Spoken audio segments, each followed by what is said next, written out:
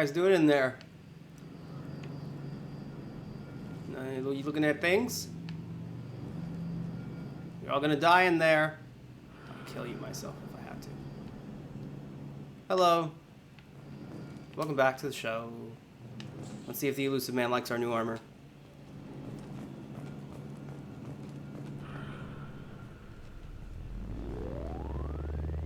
Tim, you there?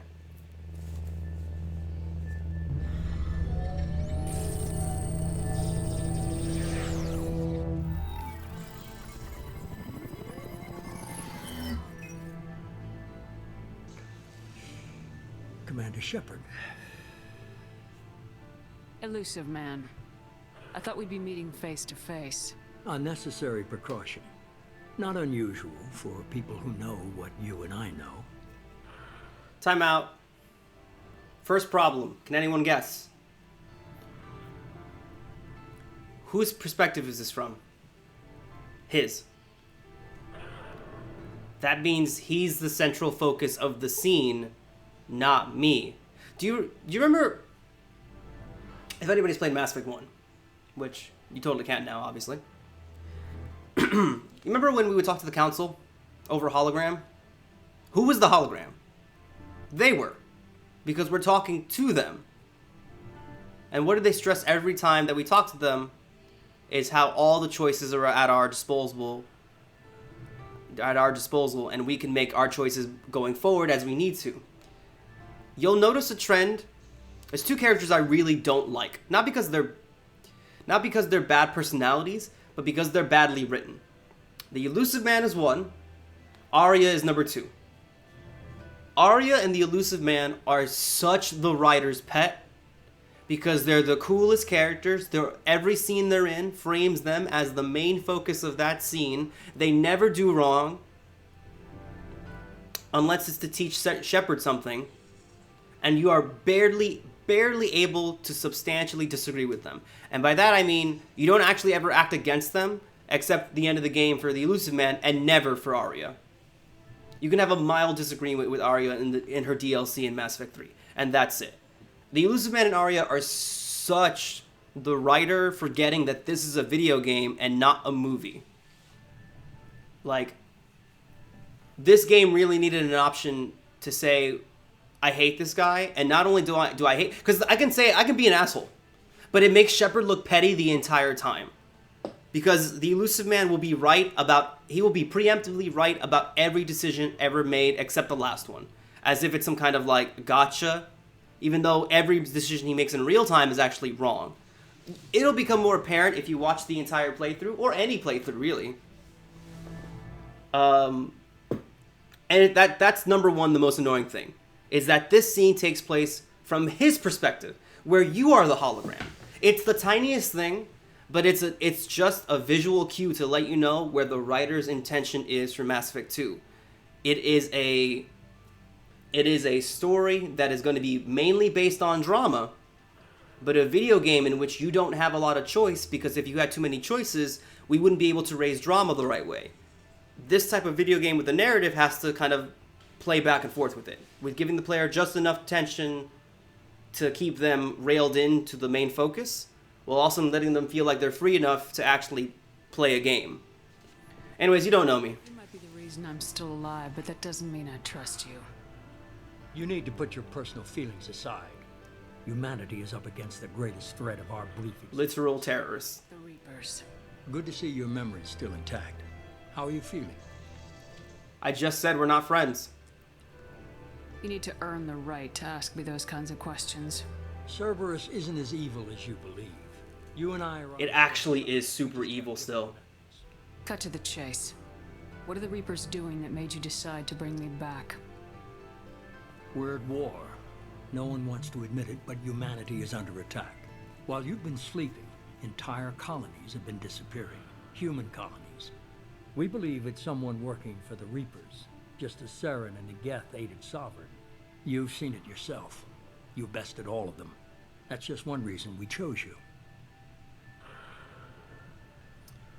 Okay, what are you doing? Proper noun Cerberus. Fighting a war doesn't seem like Cerberus. Why are you involved? We're committed to the advancement and preservation of humanity. If the Reapers are targeting us, trying to wipe us out, Cerberus will stop them.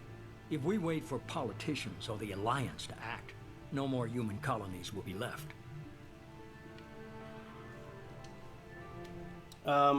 Abductions? Sovereign was trying to harvest all life in the galaxy. Why would the Reapers target a few human colonies? Hundreds of thousands of colonists have vanished. I'd say that fits the definition of harvesting. Nobody's paying attention because it's random, and the attacks occur in remote locations. I don't know why they've suddenly targeted humanity.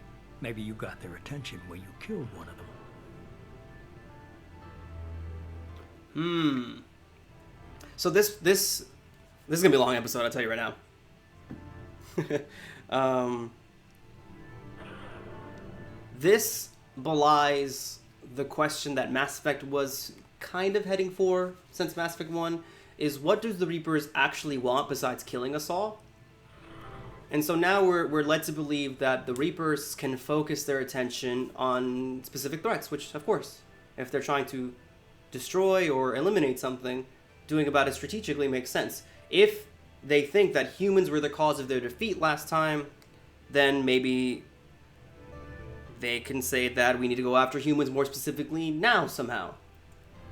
The problem is because all the Reapers are out in dark space, we need a reason why the Collectors or anybody would be working for the Reapers now. And the easy answer is indoctrination.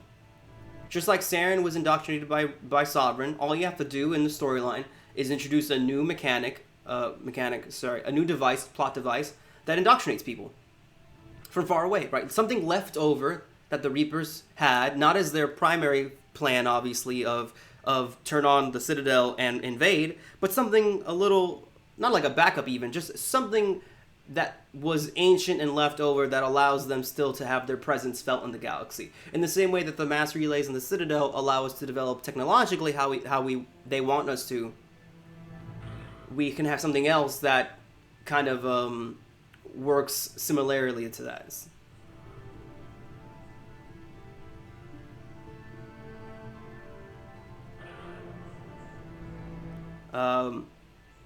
So we start talking about what are their intentions.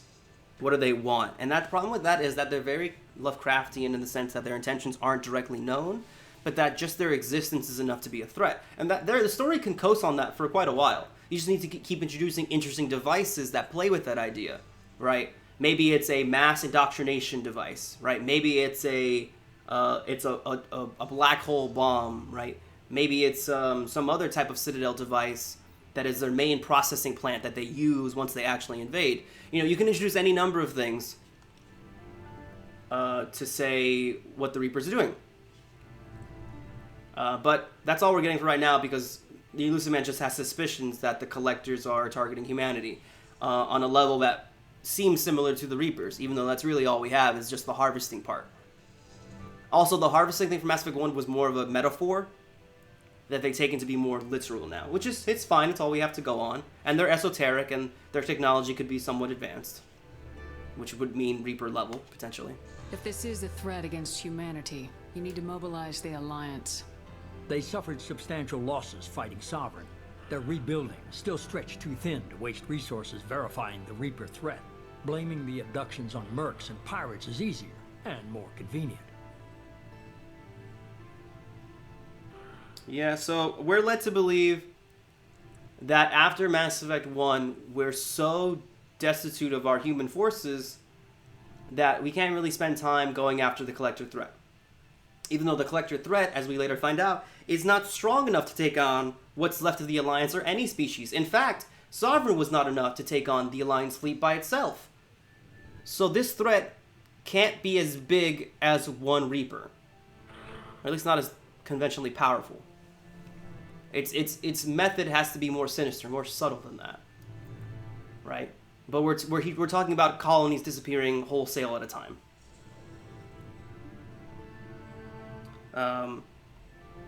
So you can see them starting to lay down the narrative. The problem with this, though, is in Mass Effect 1, humans could come out on top and not have lost any forces. So the excuse here doesn't make any sense. Alliance are at the top of their game. They could afford to go out and make the Traverse or the Terminus more safe. Problem is, Council Space says that's not okay. Anyways, what do I have to do with this? Why bring me back from the dead? You could have trained an entire army for what you spent to bring me back. You're unique, not just in ability or what you've experienced, but in what you represent. You stood for humanity at a key moment. You're more than a soldier. You're a symbol. And I don't know if the Reapers understand fear, but you killed one. They have to respect that. But they don't. If they're Lovecraftian in nature, if they're unknowable or above our emotions, our understanding of the universe, even the concepts of fear and respect are alien to them. Right? You're like that little line at there at the end that they have to respect killing one of their own, that assumes that they're just Krogan. But they're not. They're not Krogan at all. Like, there's so many assumptions being made here. And already this line is why I don't like a lot of Mass Effect 2 overall theming. Is because it places the emphasis on some unknowable quantity of humanity. Of humans are special. Humans are heroic. Humans are brave. Shepard is brave. Shepard's a hero, but not enough of a hero that people will listen to her, or them, excuse me. Just enough of a hero that you can get things done if need be, but not actually to any tangible, large-scale effort. And this is the cake and eat it too. The writer wants to put Shepard in the position, and the player, that they have to work for Cerberus because no one else will do what needs to be done. But what needs to be done is just looking around and fighting collectors. And no one else is doing that because the writers made them not do that. So you see how this kind of cyclical reasoning doesn't really make for an interesting story? You can feel the writer's hand start to try and mold the story, and not in a conducive way, or an immersive or an organic way. The story still ends up working out for drama purposes in the moment to moment, but in the overall, the logic starts kind of falling apart. Right? Why can't we just work as a Spectre? Right? Why can't I just steal a ship and go back to what I was doing with the collectors? You know, why do I have to work for Cerberus? Why can't I find anybody else? Why can't I go back to the council and say I'm working undercover for Cerberus, but I'm not really working for them? And even though that's kind of what happens, but not in name, not in actual language, it doesn't happen. But there's a lot of like feelings, and that's fine for any story, any fantasy story. But Mass Effect 1 felt more of a Star Trek styled details for story, where the reasons the Reapers might be afraid is not because they're afraid of Shepard or humanity, is because their plan failed. They didn't reap humanity. All the galaxy, not just humans, all the galaxy. That's why they should be hesitant, because something changed, something didn't go as planned, and they're unstoppable. That should be what's pausing them, not specifically trying to narrow down on one variable, but on an entire list of variables that could have gone wrong this time around in this cycle of harvesting. But let's move on. We've been stuck here a little while. Maybe I believe you. I need more evidence to suggest that this is actually the Reapers. If what you say is true, if the Reapers are behind this, Oh, I pressed the wrong button. consider helping you. I'd be disappointed if you accepted any of this without seeing for yourself. I have a shuttle ready to take you to Freedom's Progress, the latest colony to be abducted. Miranda and Jacob will brief you. Why do I want them on the team? Miranda killed Wilson in cold blood. Jacob's just a gun for hire. You expect me to trust them? Wilson was one of my best agents, but he was a traitor. Miranda did exactly what I expected of her, and she saved your life in more ways than one. Jacob's a soldier, one of the best. He's never fully trusted me, but he's always been honest about it. You'll be just fine with them. For now. Do I actually have a choice here or no? Is this a volunteer job, or am I being volunteered? You always have a choice, Shepard. If you don't find the evidence we're both looking for, we can part ways. I like how this is kind of an unflattering angle of Shepard too. Progress. Find any clues you can. No close-ups, Abducting the colonies. at least on me. Have any connection to the Reapers. I brought you back.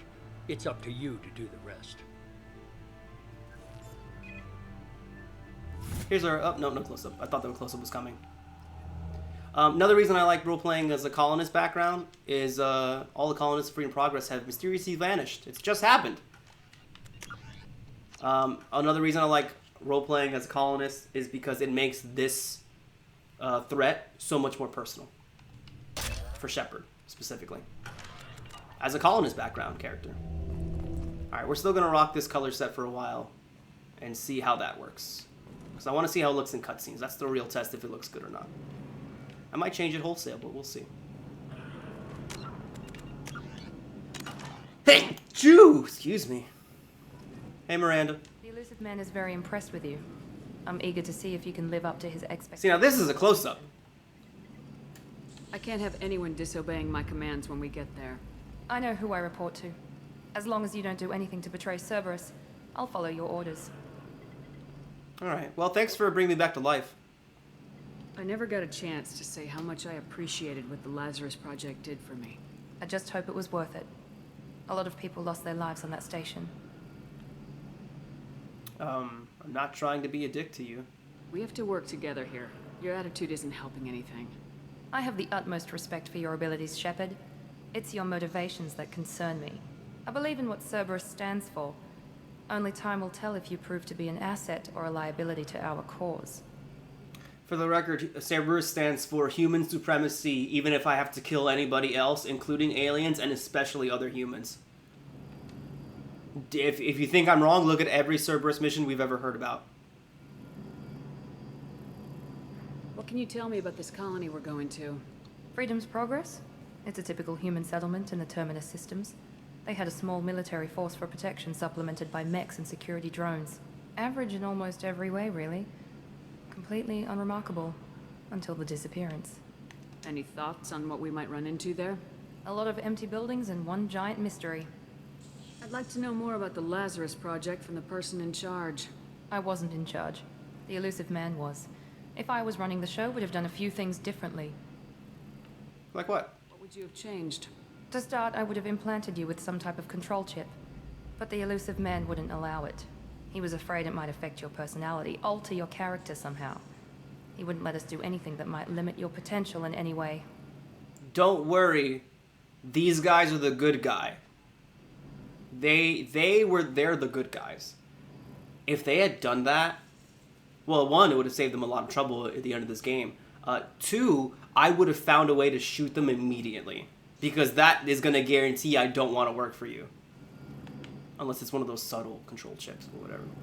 Which, by the way, also makes the assumption clear that the control chips exist in this world. It's weird.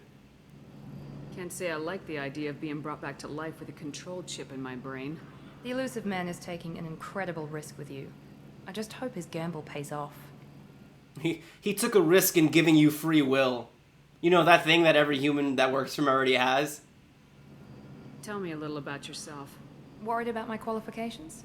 I can crush a mech with my biotics or shoot its head off at 100 yards. Take your pick. There's certain characters in the Mass Effect universe that, like, as characters that you get to know, so them having biotics doesn't matter. Like, Cayden having biotics is his whole backstory. That's good. Even Cora in Andromeda, that's her whole backstory. It works for her. Jacob and Miranda? Jacob doesn't need to have biotics.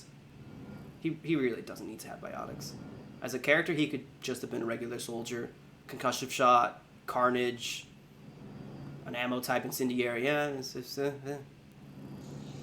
fine. Yeah, doesn't need to have biotics. He doesn't talk about his biotics that much, except for the first cutscene. Miranda, it comes with her perfect human thing, but I was trying to get to know you as a human being. I'm not looking for a friend, Shepard. Stay focused on the mission. Did you and Jacob serve together in the Alliance? No, the Illusive Man recognized my potential and recruited me at a young age. How old were you? Old enough to know this is what I wanted. It's obvious you're not interested in talking. We've got an assignment. We can talk about it or we can do it. I guess that's true. Hey, Jacob. You know what's so funny? The way this game starts off, this conversation is she's totally stiff and hates you and doesn't want to really get into it personally. Jacob is really open. The minute we actually get onto the main ship, they're going to flip personalities. It's super weird, and it's like, it makes me think that this level had a scenario writer that wrote the initial, like, introductory dialogue, and then the character writers took over for, like, all the regular spaceship conversations throughout the game, and it was their job to make sure that you got to know them on a more friendly level, you know? It's like, oh, what's Jacob's arc? Oh, it's that he works for Cerberus, but he doesn't really trust anybody in Cerberus, and it's kind of tough, so he's very wary. So he gets the paranoid storyline, even though he's really open now. And what's Miranda's story? Oh, Miranda is that it's important to get to know her as a person underneath her reputation and her perfection, so that she understands her own value better. So she's gonna be more open and vulnerable during her story. But right now, she's super bitchy. So it's like it's a weird decision, and it makes me think that, like, not that there was two writers necessarily, like for Miranda, and then also two writers for Jacob that just, you know, got different memos. I think they just got different memos for the levels. Like, here's your general character writing, and then you can do whatever you want, and then here's what it needs to be for the first level. Just a I'm thought. glad the Illusive man convinced you to join us, Commander.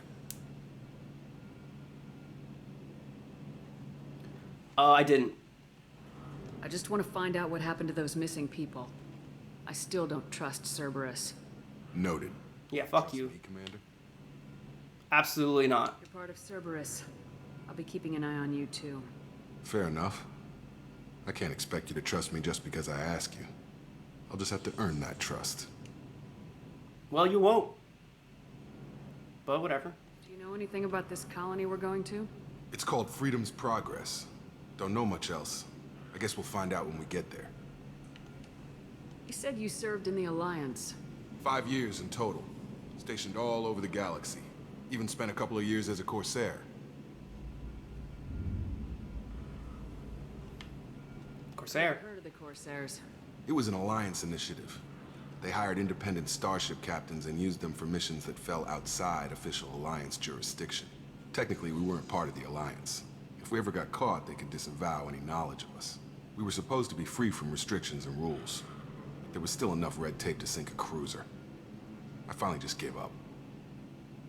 There's so many characters in Mass Effect that their storyline is, man, I hate when the law stops me from doing my job as a cop or a military person. It's like, you know, those laws exist for a reason, so you don't abuse the crazy amount of power you have to just do whatever you want, right? It's like the Mass Effect writer just, like, likes writing tired cops. And it's like, don't get me wrong, that's a fun character, but there's other types of cops. It also comes off as super weird in today's day and age that they wrote so many breaking the law cops. Why did you join Cerberus? I guess I just got tired of never making a difference. So much of what we did in the Alliance seemed pointless. I thought things would change after the attack on the Citadel. Humanity was finally invited to join the Council. But nothing changed. Politics, bureaucracy, same bullshit, different leaders. Cerberus is different. When colonies go missing, we don't commission a team to write a report to figure out what the hell to do about it. We just go and find out. No, when Cerberus tries to find missing colony members, they get a colony abducted on purpose and say, oh wow, that's how they do it. Maybe we'll get them next time. That's how Cerberus does it. Yes, ma'am. That's how Cerberus does it. Like, the whole whitewashing of Cerberus is really gross. I'm going to change the color really quick. I want to see what this looks like in white. I know this is very Cerberus. I know I'm very dressed to Cerberus. Hold on. Commander, something I can do for you? Okay. That's all for now. Yes, ma'am. That's fine. I'm okay with this. Save 3.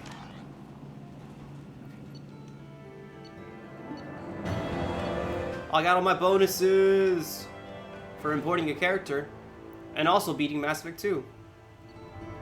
Yeah, long service bonus. Yeah, 50,000 for beating the game already.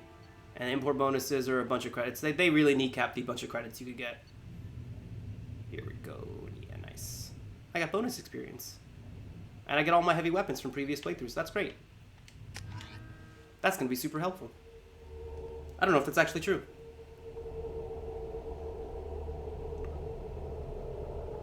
I forget if that's true. I also don't know if it's true in the Legendary Edition. So we'll find out.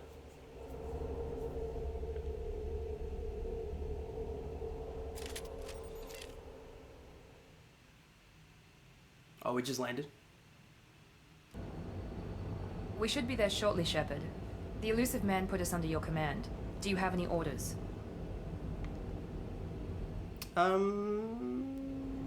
What did you find at the other colonies? Nothing. No signs of attack, no corpses, not even a trace of unusual genetic material to give us a clue. They just disappear. We've got no target to go after. That's not great. That's nothing, basically. You guys cool with listening to me? Are you sure you'll be comfortable following my orders? We didn't bring you back from the dead just to second guess you, Commander. If the Illusive Man says you're in charge, you're in charge. Okay. What makes you think this investigation will turn up anything new? At other colonies, official investigators got there first. Sometimes looters or salvage teams as well. We're hoping to be the first ones there this time. Maybe find clues before somebody else disturbs the scene. The scene being an entire planet, by the way. Our first priority is to look for survivors. That's unlikely, Commander. No one was left at the other colonies. They were completely deserted. Be nice to find somebody. Anything's better than another ghost town.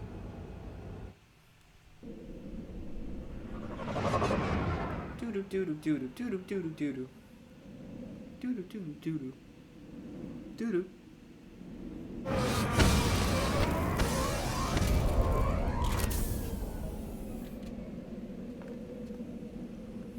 Alright, I'm okay with the colors. Colors are right. Very Cerberus, very Cerberus. Very chic, very in this year. Alright, guns, guns, guns. Sure thing. In the Mass Effect 2 original, when you had all the DLC, you would load in with some of, well, your characters would load in with the DLC guns. You wouldn't have all access to all those guns just yet. You can keep that. Thank you, thank you, thank you. Alright, I only really need disrupt ammo for now. Okay. Let's go with this. Alright, let's go. Let's go, peepos. Also, introduction of the submachine gun. Looks like everyone just got up and left right in the middle of dinner.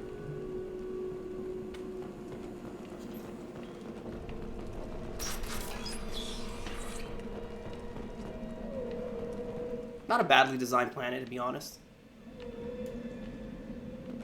Is that a moon? Big moon. Is it a moon? It must be, right? It's just cloudy. Ba-ba-da. Strange. No bodies, no structural damage, and no signs of battle. I mean, did you think the looters from the other places really just kind of like looted dead bodies or burned them? That'd be interesting, actually. Oh, I remember what's gonna happen here. Hold on. Money, money, money, money. Pop. That's one of the best parts about Infiltrator, is just the fact when you zoom in, you get bullet time. There we go. Thank you, thank you, thank you. Shoot them before they take out your shield. Me like that? Thank you. This is great, I love it. I love this rifle.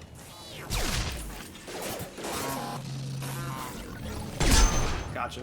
Those mechs shouldn't have been hostile. They should have recognized us as humans. Someone reprogrammed them to attack on sight. We're not alone here. Oh, I guess it's worth mentioning. I forgot because I didn't start shooting my guns yet.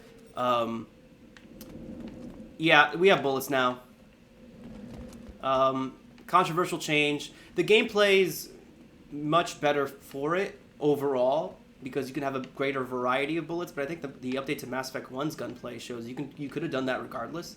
You could have changed the firing rate. Honestly, it would have been better if they didn't say it was a lore reason. If they just said the guns work like this in like a developer video. That probably would have been just easier to swallow. Instead of saying like, oh, bullets that run out are better than bullets that don't. It's like, no, it isn't. That's crazy talk. What? Why? If you never run out, how is that not better? All right. Let me create a save file here. Oh, guys, I forgot to level you guys up. Sorry. Poop, poop, poop. There we go. Why not? So yeah, it's not worth getting into a tiff over anymore. The gameplay is fine. It's not as fun as Gears of War or Mass Effect 3, but it's fine. Gotcha. I'm a winner. Yeah, it's useful just to have that Geth shield boost, and also gives me a damage increase. So I'm cool with it.